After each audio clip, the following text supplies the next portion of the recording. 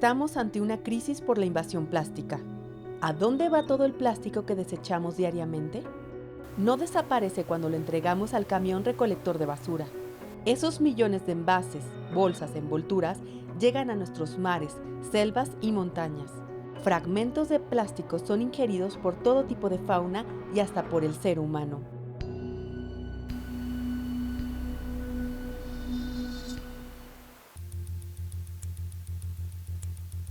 El plástico es el mayor contaminante en las playas mexicanas junto con las colillas de cigarro. Nos dirigimos a Quintana Roo, a la Reserva Ecológica de Xiancán, cuyo nombre en maya significa Puerta del Cielo. Fue declarada Patrimonio de la Humanidad por la UNESCO en 1987. En esta zona el ingreso y las actividades humanas están restringidas. Lo que queremos es documentar el plástico que está dentro de las áreas naturales protegidas, tanto en el fondo del mar como en superficie, y mostrar que ni siquiera los sitios más cuidados y más protegidos de México se libran del impacto de esta contaminación. Y así se revela el paraíso, una playa de arena fina, agua tranquila color turquesa. Pero las olas han escupido parte de ese plástico que no les pertenece. En la playa hay un sendero de botellas, PET, envolturas, contenedores, cepillos de dientes y hasta asientos de baño.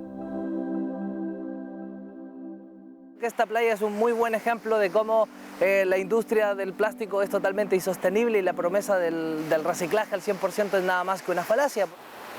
El reciclaje es necesario, es bueno. Es un paso, pero no es la solución, no es lo que nos va a sacar del problema de la contaminación por plásticos. ¿Por qué? Bueno, los porcentajes de reciclaje en el mundo y particularmente en nuestro país son muy bajos. Por ejemplo, en México solamente se recicla el 6.07% de todos los residuos valorizables. ¿Esto qué quiere decir? Que bueno, no tenemos la capacidad técnica de poder reciclar todo el plástico que se está produciendo masivamente. La falta de infraestructura para la gestión de la basura es un gran obstáculo. Llevamos todo este año realizando el monitoreo a lo largo del Caribe mexicano respecto a basura plástica en áreas naturales protegidas, específicamente en ecosistemas arrecifales. Omar es biólogo marino y realiza investigación en Puerto Morelos, Quintana Roo. Hemos encontrado basura de Centroamérica, de Colombia, alguna basura hasta italiana, esto como pueden ver que es de Francia, ¿no? Los investigadores inspeccionan las playas, la superficie y el fondo del mar. Ninguna de las 7 áreas naturales protegidas, donde han revisado 20 sitios, ha estado libre de bolsas, etiquetas, envases y microplástico. Y es que la mayor virtud del plástico es su mayor defecto, la durabilidad, por el tiempo que permanece y su impacto en el medio ambiente. Hemos estado encontrando un promedio en superficie, flotando, en unos trayectos de aproximadamente 8 a 10 kilómetros, 100, 120 piezas flotando aproximadamente. Se estima que un camión lleno de plástico se vierte en los mares cada minuto. No lo vemos porque el 80% no está flotando, sino que termina en el fondo del mar. ¿Cómo le afecta la contaminación plástica a las especies marinas?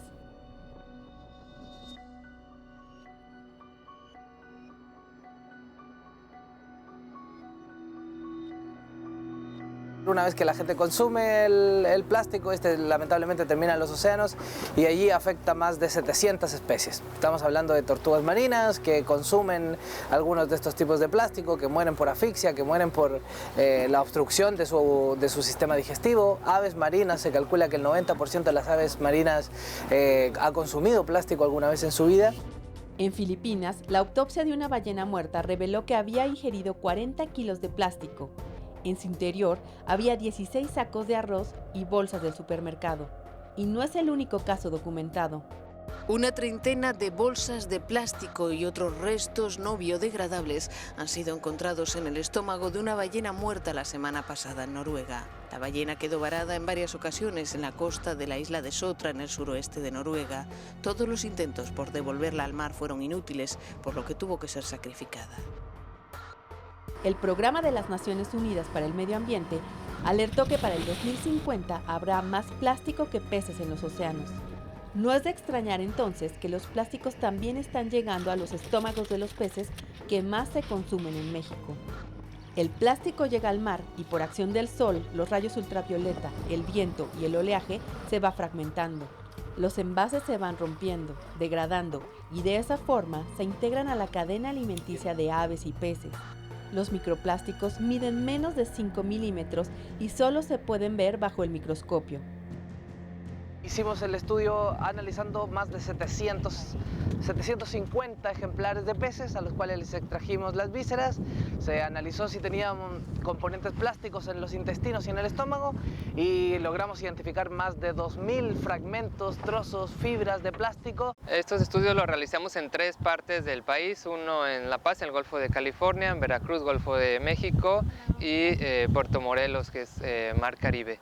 Y encontramos que al menos uno de cada 5 peces contenían una pieza de microplástico dentro de su estómago, ¿no? Inclusive hubo un ejemplar en el cual se encontraron hasta 45 piezas de microplástico. Principalmente estamos hablando de celofán, fibras textiles y plásticos provenientes de artefactos de pesca. Las muestras fueron analizadas por 3 universidades mexicanas, la Autónoma de Baja California Sur, el Instituto de Ciencias Marinas y Pesqueras de la Universidad de Veracruz y el Laboratorio de Biodiversidad y Conservación Arrecifal de la UNAM. Se realizó el análisis del contenido estomacal, se identificaron estas muestras y se confirmaron.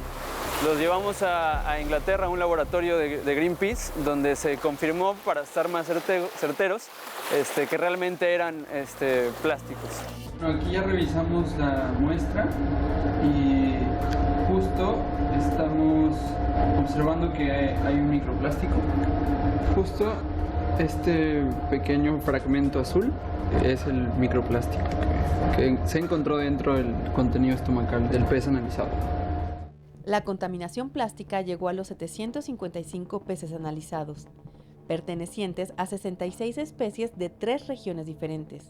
Se encontró al menos una pieza de plástico menor a 5 milímetros en 411 individuos, esto es 54% de la muestra. El laboratorio de Greenpeace Internacional de la Universidad de Exeter, Inglaterra, logró identificar plenamente plástico en 1 de cada 5 pescados. El resto de los residuos corresponde a fibras textiles y otras celulosas modificadas como el algodón. La región donde se encontró el mayor número de peces con microplásticos fue Veracruz, en 96% de un total de 219 ejemplares estudiados. En Puerto Morelos, los investigadores analizaron 218 estómagos de peces, de los cuales 61% ingirieron microplásticos, mientras que en La Paz se obtuvo el menor porcentaje de peces afectados. Ahí se analizaron un total de 318, de los cuales solo 21% tuvo plásticos en su interior. De las 69 especies analizadas, se encontró mayor presencia de microplásticos en pargos, lisa, olebracha y mero bobo. En junio pasado, WWF, organización de conservación líder en el mundo, publicó un estudio realizado por la Universidad de Newcastle, Australia, en el que señala que la basura plástica también está llegando al organismo humano, que en promedio una persona podría ingerir aproximadamente 5 gramos de plástico semanalmente, el equivalente al peso de una tarjeta de crédito. La organización señala que la fuente más grande de ingestión de plástico en todo el mundo es el agua, tanto embotellada como del grifo. De los productos estudiados se encontraron mayores niveles de plástico en los mariscos, la cerveza y la sal. Estamos solicitando a los legisladores, al Senado y a la Cámara de Diputados que legislen para cambiar la forma de producción y consumo y distribución de los plásticos, principalmente los plásticos desechables o los de un solo uso, ¿no?, que están causando un severo problema. El problema de los plásticos en el mar comienza en la tierra. Creemos que cuando un producto se pone en el bote de basura, pues ahí desaparece, ¿no? Y lamentablemente eso no es así.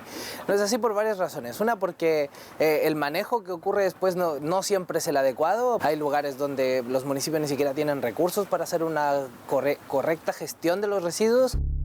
Así ocurre en Tulum, municipio al que pertenece la reserva de Siancán.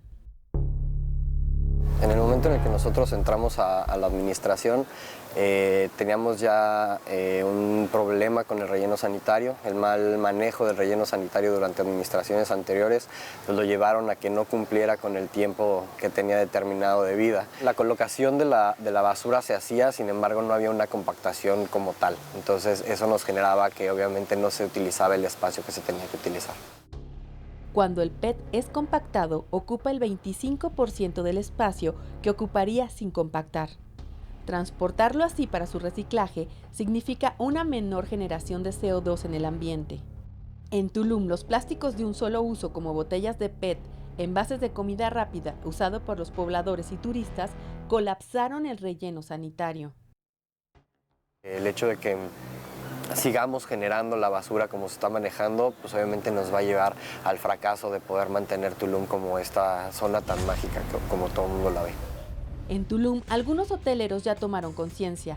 Habitas es un hotel que hace 2 años inició el proceso para liberarse de plástico. Hola, ¿cómo están?